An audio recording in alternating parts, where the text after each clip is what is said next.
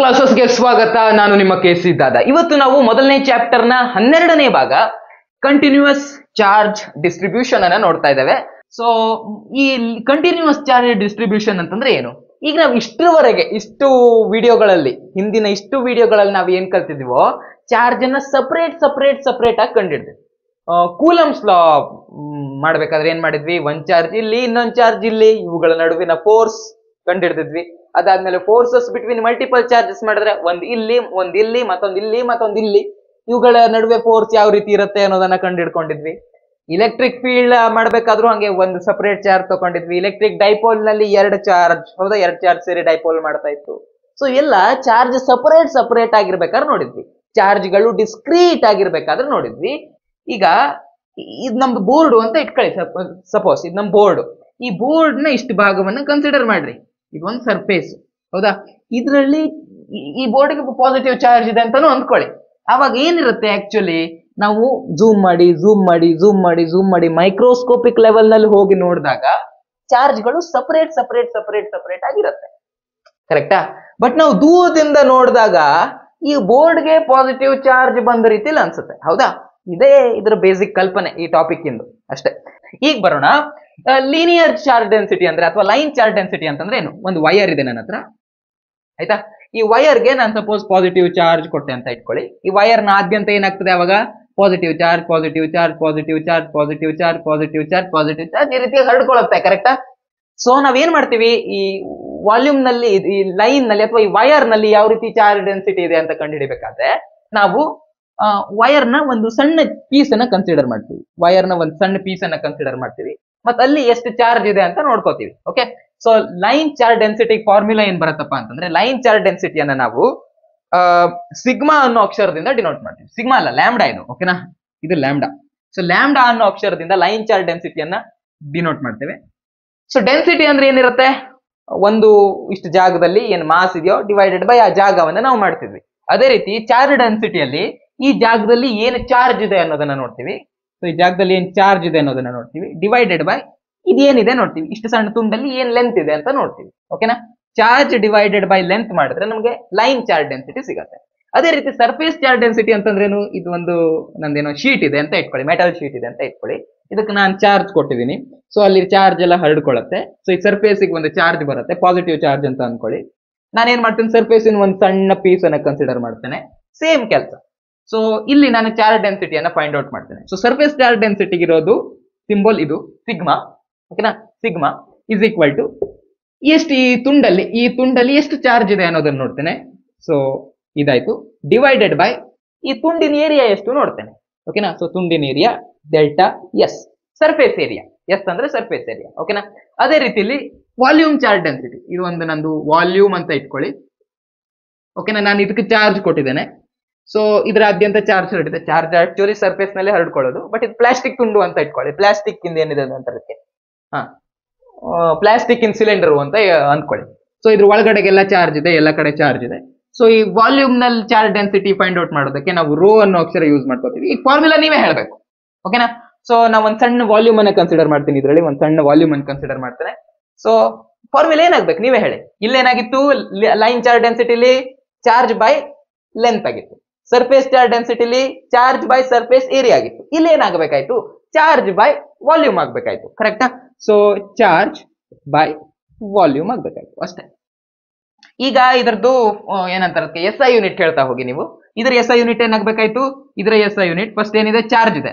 Charge ನ S I unit is coulomb divided by length ಇದೆ. Length ನ S I unit metre. So ಇದ್ರದ್ದು S I unit ಏನಾಗಬೇಕಾಯ್ತು? Coulomb per metre ಆಗ್ಬೇಕಾಯ್ತು. Line charge density coulomb metre ಅಂತ ಎಲ್ಲೋ ಬಂದಿತ್ತಲ್ಲ. ಎಲ್ಲಿ ಕೂಲಮ್ ಮೀಟರ್ ಎಲ್ಲಿ ಬಂದಿತ್ತು?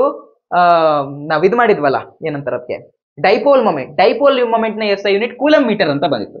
ಅದು ಕೂಲಮ್ ಮೀಟರ್, ಇದು ಕೂಲಮ್ ಪರ್ ಮೀಟರ್. ಓಕೆನಾ? ಕೂಲಮ್ ಮೀಟರ್ ಡೈಪೋಲ್ ಮೊಮೆಂಟ್ ನ S I unit, coulomb per metre line charge ಡೆನ್ಸಿಟಿಯ ಎಸ್ ಐ ಯೂನಿಟ್. ಈಗ ಇದ್ರದ್ದು ಎಸ್ ಐ ಯೂನಿಟ್ ಏನಾಗಬೇಕಾಯ್ತು? ಮೇಲ್ಗಡೆ ಇರೋದ್ರದ್ದು ಚಾರ್ಜ್ ನ ಎಸ್ ಐ ಯೂನಿಟ್ ಕೂಲಮ್, ಕೆಳಗಡೆ ಇರೋದು ಡಿವೈಡೆಡ್ ಬೈ ಕೆಳಗಡೆ ಇರೋದು ಸರ್ಫೇಸ್ ಏರಿಯಾದ S I unit metre square. ಅದೇ ರೀತಿ ಇಲ್ಲಿ ಏನಾಗಬೇಕಾಯ್ತು? ಮೇಲ್ಗಡೆಗಿನ S I unit coulomb divided by volume ನ S I unit metre cube. ಇದಾಗಬೇಕಾಯ್ತು. ಓಕೆನಾ? ಸೊ ಸಿಂಪಲ್ ಇತ್ತು. ಈಗ ನಿಮ್ಗೆ ಒಂದು ವೈರ್ ಇದೆ, ಒಂದು ವೈರ್ ನ ಚಾರ್ಜ್ ಡೆನ್ಸಿಟಿ ಲ್ಯಾಂಬ್ಡಾ ಇದೆ ಅಂತ ಇಟ್ಕೊಳ್ಳಿ. ಈಗ ನೀವು ಈ ವೈರ್ ನಲ್ಲಿ ಇರುವಂತಹ ಚಾರ್ಜ್ ಕಂಡುಹಿಡಿಬೇಕು. ನೀವೇನ್ ಮಾಡ್ತೀರಾ? ಸಿಂಪಲ್ ಏನ್ ಮಾಡ್ತೀರಾ ಅಂತಂದ್ರೆ ಚಾರ್ಜ್ ಬೇಕು ತಾನೆ, ಸೊ ಇದನ್ನ ಈ ಕಡೆ ಕೊಡ್ತೀರಾ. ಸೊ ಈ ರೀತಿಯಾಗಿ ಮಾಡಿದ್ರೆ ನಮ್ಗೆ ಇದರಲ್ಲಿ ಎಷ್ಟು ಚಾರ್ಜ್ ಇತ್ತು ಅನ್ನೋದು ಸಿಗತ್ತೆ. ಕರೆಕ್ಟಾ? ಅದೇ ರೀತಿ ಒಂದ್ ಸಣ್ಣ ಇದ್ರಲ್ಲಿ ಇದು ಕೊಟ್ಟಿದ್ದಾರೆ ನಮ್ಗೆ, ಸಿಗ್ಮಾ ಕೊಟ್ಟಿದ್ದಾರೆ, ಸರ್ಫೇಸ್ ಚಾರ್ಜ್ ಡೆನ್ಸಿಟಿ ಕೊಟ್ಟಿದ್ದಾರೆ. ನಮ್ಗೆ ಈ ಜಾಗದಲ್ಲಿ ಎಷ್ಟು ಚಾರ್ಜ್ ಇದೆ ಅನ್ನೋದು ಬೇಕು, ಇಡೀ ಸರ್ಫೇಸ್ ನಲ್ಲಿ ಚಾರ್ಜ್ ಎಷ್ಟಿದೆ ಅನ್ನೋದು ಬೇಕು. ಅವಾಗ ನೀವೇನ್ ಮಾಡ್ತೀರಾ? ಸಿಗ್ಮಾ ಇಂಟು ಸರ್ಫೇಸ್ ಏರಿಯಾ ಮಾಡ್ಬಿಡ್ತೀರಾ, ಅವಾಗ ಚಾರ್ಜ್ ಸಿಗುತ್ತೆ. ಹೌದಾ? ಸೊ ಅದೇ ರೀತಿ ಇಲ್ಲೂ ಸೇಮ್ ಮಾಡ್ಕೋತೀರಾ. ಮೊದಲನೇ ಪ್ರಶ್ನೆ, the SI unit of linear charge density is coulomb per metre. ಹೌದಾ? ಕೂಲಂ, ಇದ್ರದ್ದು ಕೂಲಂ, ಇದ್ರದ್ದು metre, so coulomb per metre.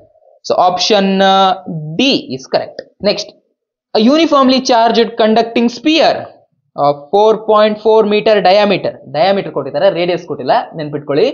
Diameter ಕೊಟ್ಟಿದ್ದಾರೆ. has a surface charge density of 60 microcoulomb per meter square.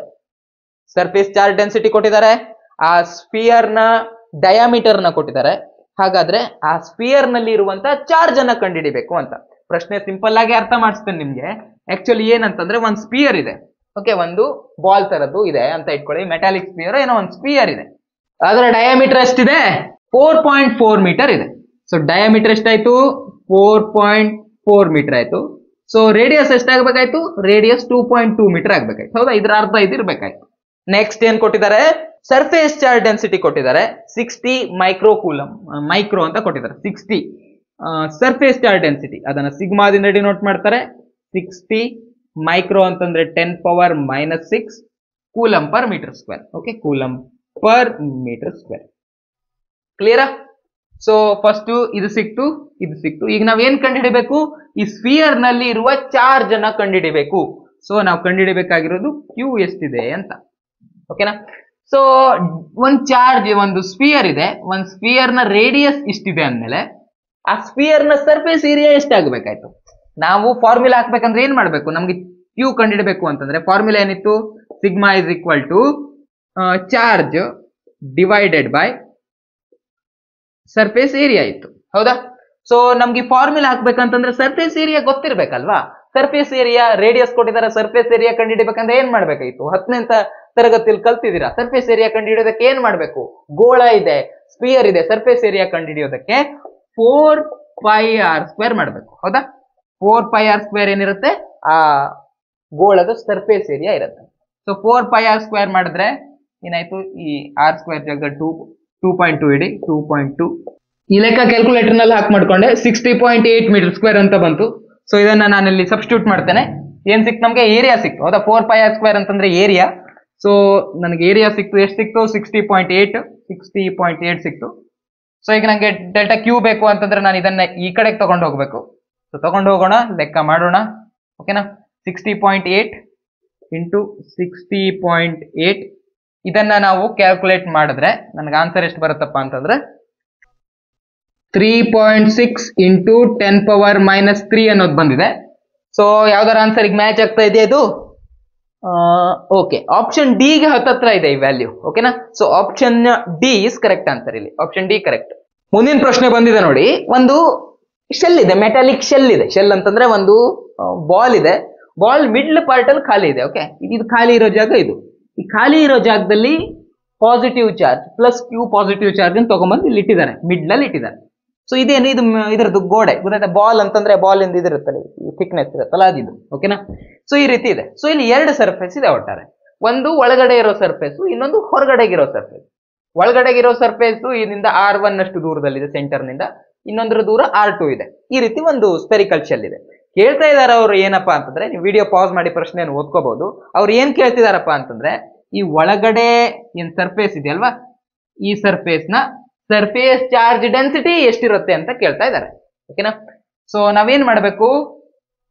ಇಲ್ಲಿ ಒಂದು ವಿಷಯ ಇದೆ, ಇಲ್ಲಿ ಒಂದು ಫಿನೋಮಿನಾ ಆಗುತ್ತೆ, ಅದನ್ನ ಕರೆಕ್ಟ್ ಆಗಿ ಅಬ್ಸರ್ವ್ ಮಾಡ್ಕೋಬೇಕು. ಏನಪ್ಪಾ ಅಂತಂದ್ರೆ, ಇಲ್ಲಿ ಪ್ಲಸ್ ಕ್ಯೂ ಚಾರ್ಜ್ ಇದೆಯಾ? ಈ ಪ್ಲಸ್ ಕ್ಯೂ ಚಾರ್ಜ್ ಏನ್ ಮಾಡುತ್ತೆ?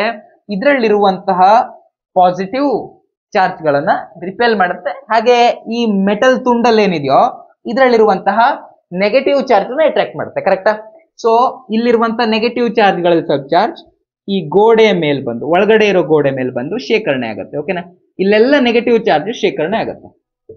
ಓಕೆ, ಅದೇ ರೀತಿ ಪಾಸಿಟಿವ್ ಚಾರ್ಜ್ ಅನ್ನ ದೂಡುತ್ತೆ ಅಲ್ವಾ? ಸೊ ಹೊರಗಡೆಗೆ ಪಾಸಿಟಿವ್ ಚಾರ್ಜಸ್ ಹೋಗುತ್ತೆ. ಓಕೆ, ಹೊರಗಡೆ ಪಾಸಿಟಿವ್ ಚಾರ್ಜಸ್ ಹೋಗುತ್ತೆ. ಈಗೇನಾಯ್ತು, ಒಳಗಡೆ ನೆಗೆಟಿವ್ ಸ್ವಲ್ಪ ಶೇಖರಣೆ ಆಯ್ತು. ಎಷ್ಟು ನೆಗೆಟಿವ್ ಒಳಗಡೆ ಶೇಖರಣೆ ಆಯ್ತು ಅಷ್ಟೇ ಪಾಸಿಟಿವ್ ಹೊರಗಡೆ ಶೇಖರಣೆ ಆಯ್ತು. ಸೊ ಈ ಸರ್ಫೇಸ್ ಏನಿದೆಯೋ ಈ ಸರ್ಫೇಸ್ಗೆ ಚಾರ್ಜ್ ಎಷ್ಟು ಬಂದಿರುತ್ತೆ, -q ಅನ್ನುವ ಚಾರ್ಜ್ ಬಂದಿರುತ್ತೆ. ಯಾಕಂದ್ರೆ ಎಳ್ಕೊಂಡವನ್ ಪ್ಲಸ್ ಕ್ಯೂ ತಾನೆ. ಸೊ ಹೊರಗಡೆ ಬಂದಿರೋದು ಅದನ್ನ ಬ್ಯಾಲೆನ್ಸ್ ಮಾಡೋದಕ್ಕೋಸ್ಕರ ಇಲ್ಲಿ ಚಾರ್ಜ್ ಕ್ರಿಯೇಟ್ ಆಗಿರೋದು, ಇದು ಚಾರ್ಜ್ ಇಂಡ್ಯೂಸ್ ಆಗಿರೋದು ಇದು. ಸೊ ಇಲ್ಲಿ ಒಳಗಿನ ಸರ್ಫೇಸ್ ನಲ್ಲಿ ಇರುವಂತದ್ದು negative Q charge.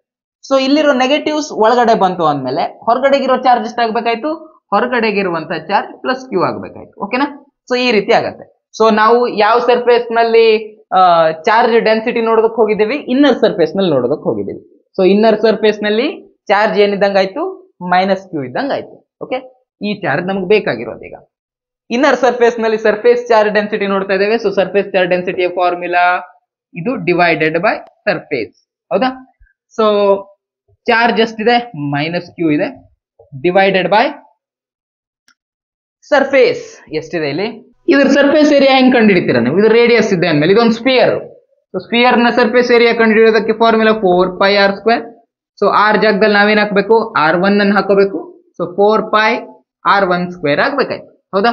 So 4πr1² ಆಗ್ಬೇಕಾಯ್ತು. ಸೊ ಈ ಆನ್ಸರ್ ಎಲ್ಲಿದೆ, ಯಾವ್ದಕ್ ಮ್ಯಾಚ್ ಆಗ್ತಾ ಇದೆ, ಆಪ್ಷನ್ ಬಿಗ.